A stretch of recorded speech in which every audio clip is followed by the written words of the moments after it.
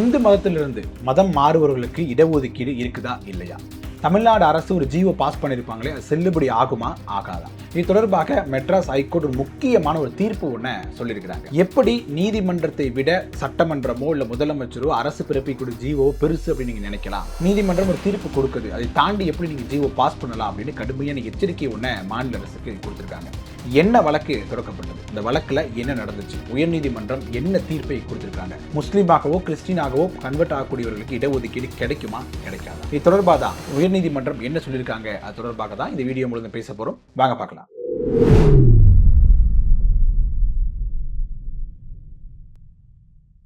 வணக்கம் மக்களே, நான் உங்கள் மது கோப்பாசையிலிருந்து. முதல்ல இந்த வழக்கு எங்கிருந்து தொடங்குது அப்படின்னு பார்க்கலாம். 2015ஆம் ஆண்டு பரமசிவம் அப்படிங்கிறவரு கன்வெர்ட் ஆகிறார். அதாவது இந்து மதத்திலிருந்து இஸ்லாம் மதத்திற்கு கன்வெர்ட் ஆகிறார்.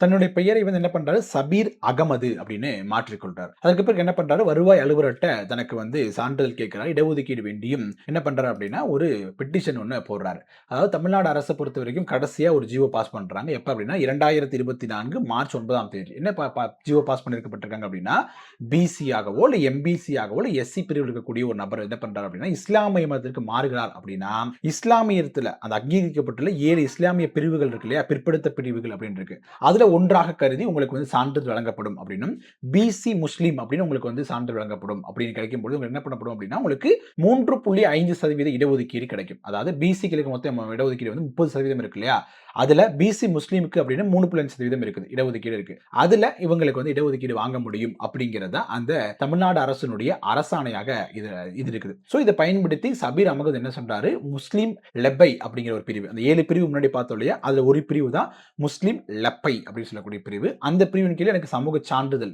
ஜாதி சான்றிதழ் கொடுக்கணும் அப்படின்னு விண்ணப்பிக்கிறார்.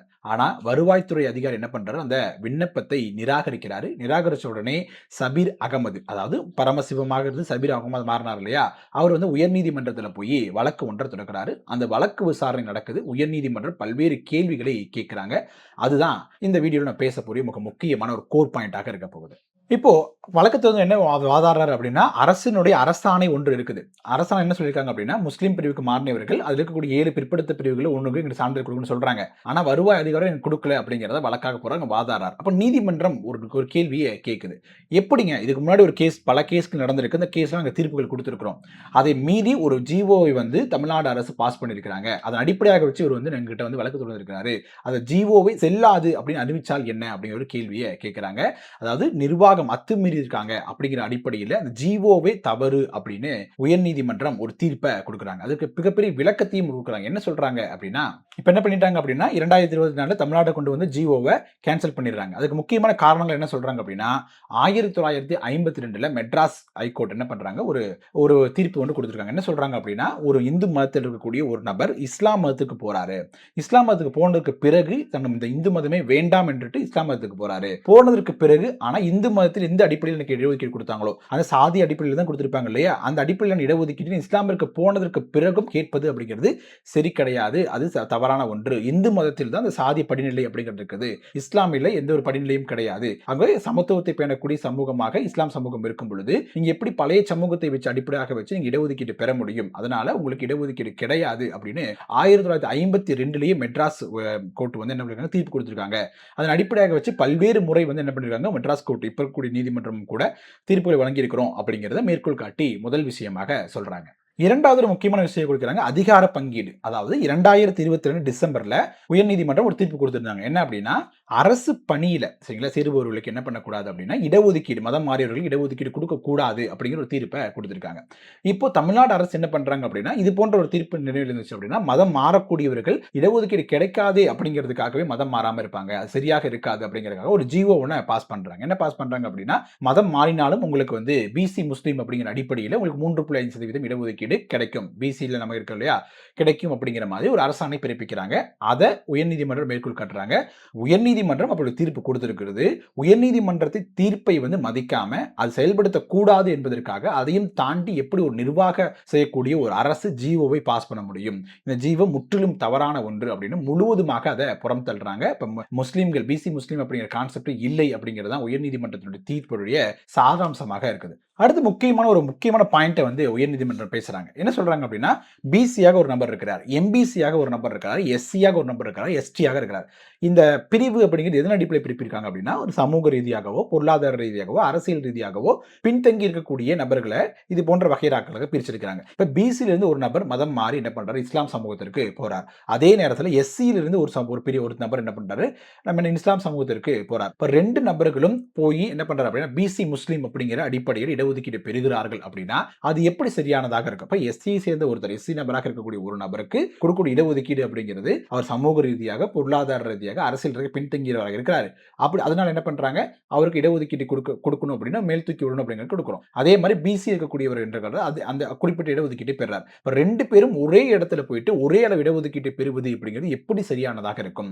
பிசி இருக்கக்கூடிய ஒரு நபருக்கும் எஸ்சி இருக்கக்கூடிய ஒரு நபருக்கும் ஒரே அளவான இடஒதுக்கீடு அப்படிங்கிறது சரியாக இருக்காது அப்படிங்கிறது தான் உயர்நீதிமன்றம் சொல்லக்கூடிய மிக முக்கியமான பாயிண்டாக இருக்கு. அதை தொடர்ந்து ஒரு முக்கியமான ஒரு கோர் பாயிண்ட்டை உயர்நீதிமன்றம் சொல்றாங்க. என்ன அப்படின்னா, இந்து மதத்தை பொறுத்த வரைக்கும் சாதி அமைப்பு அப்படிங்கிறது, இப்ப உயர்ந்த சாதி, தாழ்ந்த சாதி சொல்றோம் இல்லையா, அந்த அமைப்புகள் இருக்கு. பிசி, எம்பிசி, எஸ்சி, எஸ்டி பிரிக்கிறோம் இல்லையா, அது என்ன அடிப்படையில் பிரிக்கிறாங்க அப்படின்னா, பிறப்பின் அடிப்படையில் தான் இருக்குது. நம்ம ஏற்றுக்கொண்டாலும் கொள்ளாட்டின் கூட இந்து மதத்தை பொறுத்த வரைக்கும் அந்த சாதி அமைப்பு, கட்டமைப்பு அப்படிங்கிறது பிறப்பின் அடிப்படையிலாக இருக்குது.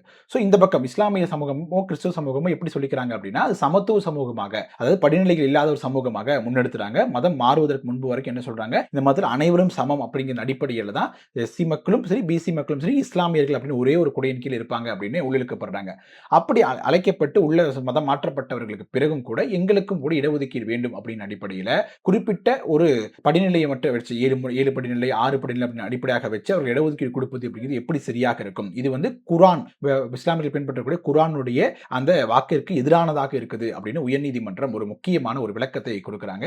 அதே சமயம் பிறப்பின் அடிப்படையில் இந்து மதத்தில் எப்படி படிநிலைகள் இருக்குதோ அதே மாதிரி இஸ்லாமிய சமூகத்திலும் பிறப்பின் அடிப்படையில் படிநிலைகள் இருக்குது அப்படின்னு சொல்றாங்க. அப்படி இருக்கும் பொழுது இந்து மதத்திலிருந்து ஒரு நபர் உள்ளே வருகிறார் அப்படிங்கும்போது அவருக்கு எப்படி நீங்க படிநிலையை வகுக்கிறீங்க? அதாவது பிறக்கிறார் அப்படிங்கும்போது அந்த பிறப்பின் அடிப்படையில் தானே நீங்க படிநிலை கொடுக்குறீங்க. ஒருத்தர் நடுவுல வேறு ஒரு மதத்திலிருந்து இன்னொரு மதத்திற்கு வரும் பொழுது அவருக்கு எதன் அடிப்படையில் நீங்க இந்த படிநிலையில் இவர் இருப்பார் அப்படின்னு கணிச்சு அவருக்கு அந்த படிநிலை கொடுக்குறீங்க, அந்த சமூகத்தை எதுக்கு ஒதுக்குறீங்க அப்படிங்கிற முக்கியமான ஒரு கேள்வியை கேட்கிறார்.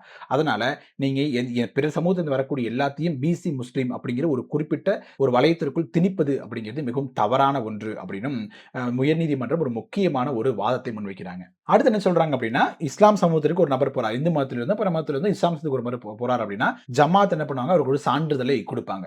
ஜமாத் சான்றிதழ் கொடுக்குறாங்க அப்படின்னா சான்றிதழை பயன்படுத்தி வருவாய்த்துறை அலுவலர்கள் சான்றிதழ் கொடுக்க வேண்டும் அப்படிங்கிற கட்டாயம் கிடையாது. ஜமாத் சான்றிதழ் கொடுத்துருச்சு அப்படிங்கிறதுக்காகவே ஒரு நிர்வாகம், அரசு நிர்வாகம் அவர்களுக்கு சான்றிதழ் கொடுக்க வேண்டும் அப்படிங்கிற எந்த ஒரு கட்டாயமும் இல்லை அப்படின்னு உயர்நீதிமன்றம் அழுத்தம் திருத்தமாக சொல்றாங்க அப்படிங்கிறத நம்மளால பார்க்க முடியுது. ஓகே மக்களே, வீடியோட இறுதி பகுதிக்கு வந்துட்டோம். உயர்நீதிமன்றத்தோட தீர்ப்பை ஒரு ஷார்ட் அண்ட் கட்டா சொல்லணும் அப்படின்னா, இஸ்லாமியர்களுக்கு இடஒதுக்கீடு கொடுப்பது பற்றியோ இந்த உள்ளொதுக்கீடு கொடுப்பது பற்றியோ வந்து உயர்நீதிமன்றம் எந்த ஒரு இதை ஆட்சேபிப்பு தெரிவிக்கல. அதே நேரத்தில் மாற்று ஒரு சமூகத்திலிருந்து இஸ்லாம் சமயத்திற்கு ஒரு வருகிறார் அப்படின்னா அவர் என்ன பண்ணலாம் அப்படின்னா, பழைய இந்து மதத்தில் இருக்கும்போது ஒரு இடஒதுக்கீட்டை பெற்றிருப்பார் இல்லையா, அந்த இடஒதுக்கீட்டை இஸ்லாம் சமூகத்திற்கு வந்ததற்கு பிறகும் நாங்கள் பெற வேண்டும் அப்படின்னு கோரிக்கை விடுப்பது தவறு அப்படிங்கிற கண்ணோட்டத்தில் தான் என்ன பண்றாங்க அப்படின்னா உயர்நீதிமன்றம் இந்த ஒரு தீர்ப்பை கொடுத்திருக்காங்க அப்படின்னு பார்க்கலாம். இது ஒரு முக்கியமான ஒரு தீர்ப்பாகவே நாம் பார்க்கலாம். இது அடுத்தடுத்த கட்டம் என்ன நகர போகுது அப்படின்னு தெரியல. 2024ஆம் ஆண்டு தமிழ்நாடு அரசு கொண்டு வந்த ஜிஓ வந்து ரத்து செய்யப்பட்டிருக்கிறது அப்படின்னு சொல்லலாம். அதாவது இந்து மதத்தில் பிசி இருக்கக்கூடிய, எஸ்சி இருக்கக்கூடிய எல்லாருமே வந்து இங்க பிசி முஸ்லீம் அப்படிங்கிற அடிப்படையில் இடஒதுக்கீடு பெறுவது அப்படிங்கிறது இடஒதுக்கீடு கொடுப்பதற்கான ஒரு தேவை இல்லாமல் போய்வதாக செய்யுது. ஏன்னா சமூக ரீதியாக, பொருளாதார ரீதியாக பின்தங்கியவருக்கு தான் இடஒதுக்கீடு தேவைப்படுது. இப்போ இங்க பிசியில் இருக்கிறவரும் எஸ்சியில் இருக்கிறவரும் ஒரே இடத்துல வந்து இடஒதுக்கீட்டை வாங்குவது அப்படிங்கிறது எப்படி சரியாக இருக்கும் அப்படிங்கிற முக்கியமான ஒரு கோர் பாயிண்டை உயர்நீதிமன்றம் கேள்வி கேட்டிருக்கிறாங்க. ஸோ 2024 தமிழ்நாடு அரசு கொண்டு வந்த ஜிஓ ரத்து செய்யப்பட்டிருக்கிறது. பிசி முஸ்லீம் அப்படிங்கிறது வெளியிருந்து வரக்கூடிய இடஒதுக்கீடு அப்படிங்கிறது செல்லாது அப்படின்னு அறிவிச்சிருக்குது. இது தொடர்பாக உங்களுடைய கருத்துக்கள் என்ன அப்படிங்கிறது கமெண்ட் செக்ஷன்ல சொல்லுங்க. இப்ப மதம் மாறிய பிறகு பழைய மதத்துல பழைய ஜாதியின் அடிப்படையில் நான் இடஒதுக்கீடு பெற்றிருந்தேன், அதே ஒரு இடஒதுக்கீட்டையும் இந்த மதத்திலும் எனக்கு கொடுக்கணும் அப்படின்னு கேட்பது சரி என்று தான் நினைக்கிறீங்களா? 2024 தமிழ்நாடு அரசு கொண்டு வந்த ஜிஓ சரி என்று நினைக்கிறீங்களா? உங்களோட கருத்துக்கள் என்ன அப்படிங்கிறத கமெண்ட் செக்ஷன்ல சொல்லுங்க. வீடியோ பிடிச்சிருந்துச்சு அப்படின்னா லைக் பண்ணுங்க, ஷேர் பண்ணுங்க, கோபாஸ் யூடியூப் சேனலை சப்ஸ்கிரைப் பண்ணிக்கோங்க. தொடர்ந்து பேசுவோம். நன்றி.